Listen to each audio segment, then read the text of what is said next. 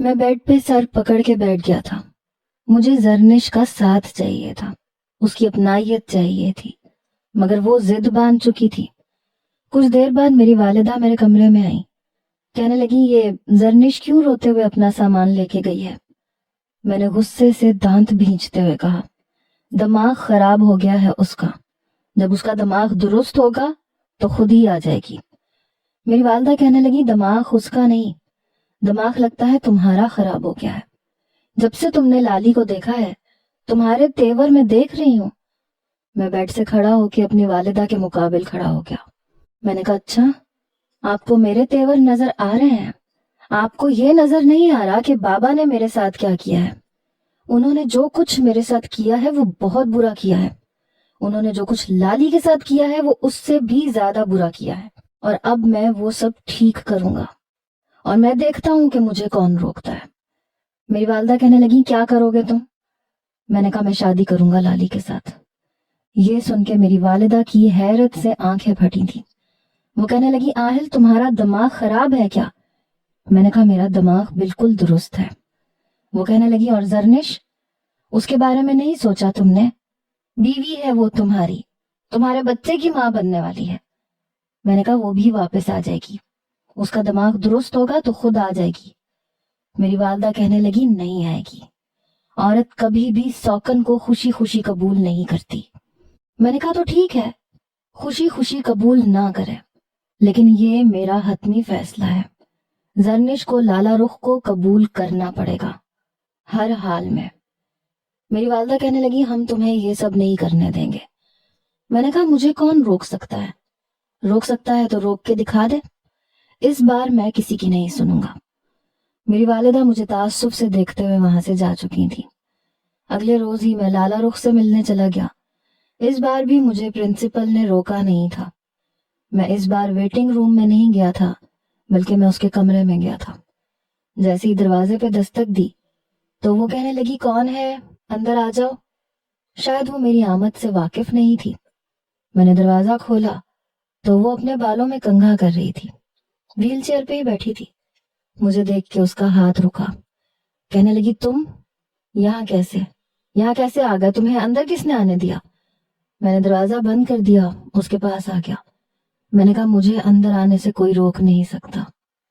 اس نے کنگھا ایک طرف رکھا، اپنے بالوں کا جوڑا بنانے لگی. میں نے کہا بال کھلے چھوڑ دو، زیادہ پیاری لگتی ہو. وہ کہنے لگی تمہیں ایک بار کی بات سمجھ میں نہیں آتی، کیوں آئے ہو یہاں پہ؟ میں نے کہا میری لالی کو میری ضرورت ہے اس لیے. وہ کہنے لگی مجھے تمہاری ضرورت اب نہیں ہے، مجھے تمہاری ضرورت نہیں ہے.